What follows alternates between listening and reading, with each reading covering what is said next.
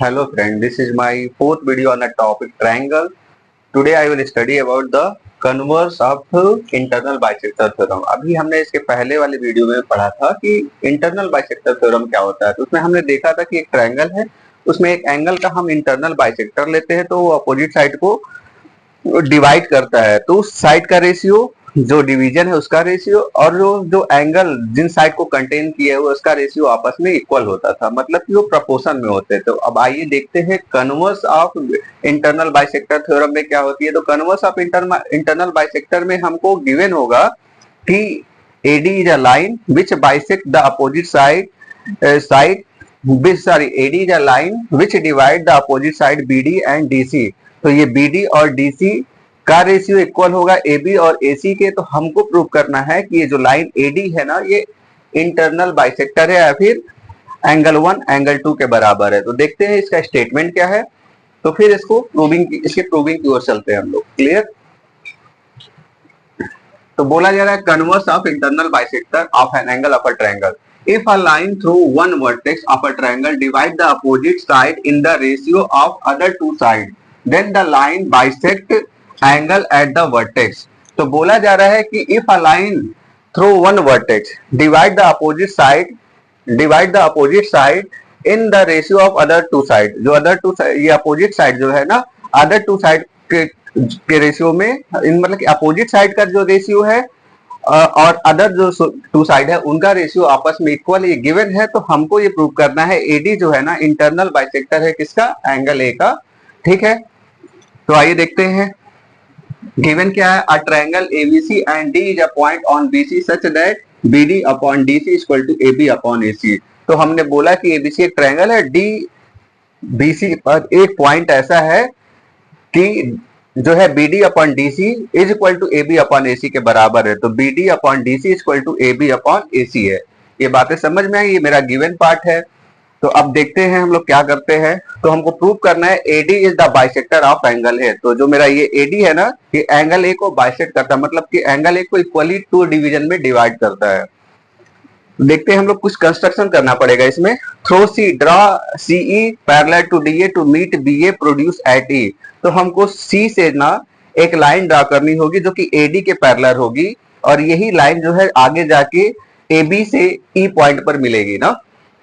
ये मेरा कंस्ट्रक्शन है, और फिर मैंने नेमिंग दे दिया है कि एंगल BAD को मैंने एंगल 1 बोल दिया है, एंगल DAC को एंगल 2 बोल दिया है। इसी तरीके से एंगल ACE को मैंने एंगल 4 बोला, और एंगल AEC को एंगल ACE को एंगल मैंने 3 बोला, और एंगल AEC को एंगल 4 बोला है। क्लियर।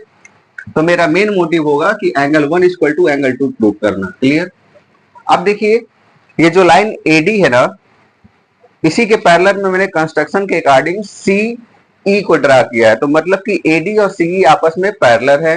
तो अब हम इस पे ना बेसिक प्रोपोर्शनलिटी थ्योरम अप्लाई कर सकते हैं बहुत अच्छे से।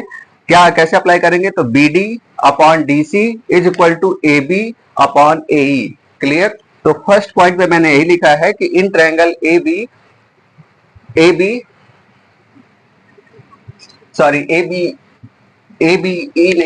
नहीं होगा, यहाँ पे ABE, इन ट्रायंगल ABE।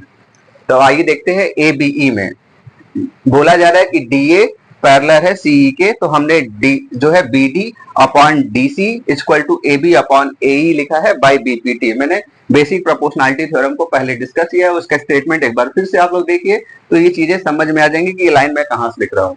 और मेरा गिवन पार्ट है कि BD upon DC equal to AB upon AC। तो मैंने सेकेंड पॉइंट पे BD upon DC equal to AB upon AC लिखा है, ये मेरा गिवन पार्ट था। फिर आप देखेंगे कि दोनों इक्वेशन में BD अपॉन DC LHS में इक्वल है, तो RHS को हम लोग इजिली इक्वल करा सकते हैं। तो मैंने इक्वेशन 1 और 2 को मिला के लिखा है कि AB upon AE equal to AB upon AC।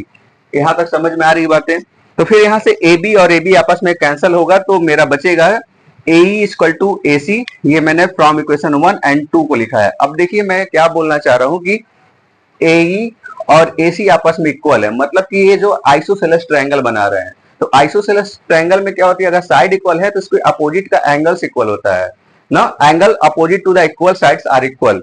तो अगर ये AC और AE आपस में इक्वल हो जाते हैं तो एंगल 3 और एंगल 4 भी आपस में इक्वल हो जाएंगे। तो देखिए यहाँ पे लिखा है मैंने angle 3 equal to angle 4, reason दिया है कि angle opposite equal side of a triangle are equal. Clear, यहाँ तक बात हमको समझ में आ रही है। फिर देखिए यहाँ से एंगल 1 देखिए और एंगल 4 देखिए, ये करस्पॉन्डिंग एंगल बना रहे हैं। क्यों बना रहे हैं? क्योंकि AD पैरेलल है EC के ना, तो 1 और 4 करस्पॉन्डिंग एंगल बना रहा है। तो मैंने लिखा angle 1 equal to angle 4 corresponding angle. क्यों? कि DA is parallel to CE। इसी तरीके से फिर मैंने 6 पॉइंट में लिखा है angle 2 equal to angle 3। Angle 2 और एंगल 3 जो अल्टरनेट इंटीरियर एंगल बना रहे हैं। क्यों बना रहे हैं? क्योंकि AD is parallel to CE है, तो अल्टरनेट इंटीरियर एंगल किसी भी पैरेलल लाइन में इक्वल होते हैं। और यहाँ पे ट्रांसवर्सल की तरह एक्ट कर रहा है AC। अल्टरनेट इंटीरियर एंगल्स क्यों है? कि DA is parallel to CE। अब हम ना ये तीनों इक्वेशन को ध्यान से देखेंगे। Angle 3 equal to angle 4, angle 1 equal to angle 4, angle 2 equal to angle 3। तो एंगल 3 और एंगल 4 आपस में इक्वल है, तो हम इन सारे तीनों इक्वेशन को मिला के ये देख सकते हैं कि एंगल 1 एंगल 2 के बराबर है। तो मेरा देखिए ये एंगल 1 और एंगल 2 आपस में बराबर हो गया। कैसे बराबर हुए? सारे इक्वेशन को हमने ऑब्जर्व किया तो हमको मिला कि एंगल 1 एंगल 2 के बराबर है। और यही तो हमको प्रूव करना था कि जो AD है ना, एंगल A का बाइसेक्टर है। तो 1 इक्वल टू, यहाँ से ये हमको लिख सकते हैं कि AD is the bisector of angle A। यहीं पे मेरा ये थ्योरम का प्रूविंग खत्म होता है। अब हम लोग जब भी लगाएंगे क्वेश्चंस लगाएंगे, मेरा थ्योरम का पार्ट खत्म हो चुका है। और इसमें अगर कोई कंफ्यूजन हो तो आप कमेंट बॉक्स में लिखिए। Thank you for watching.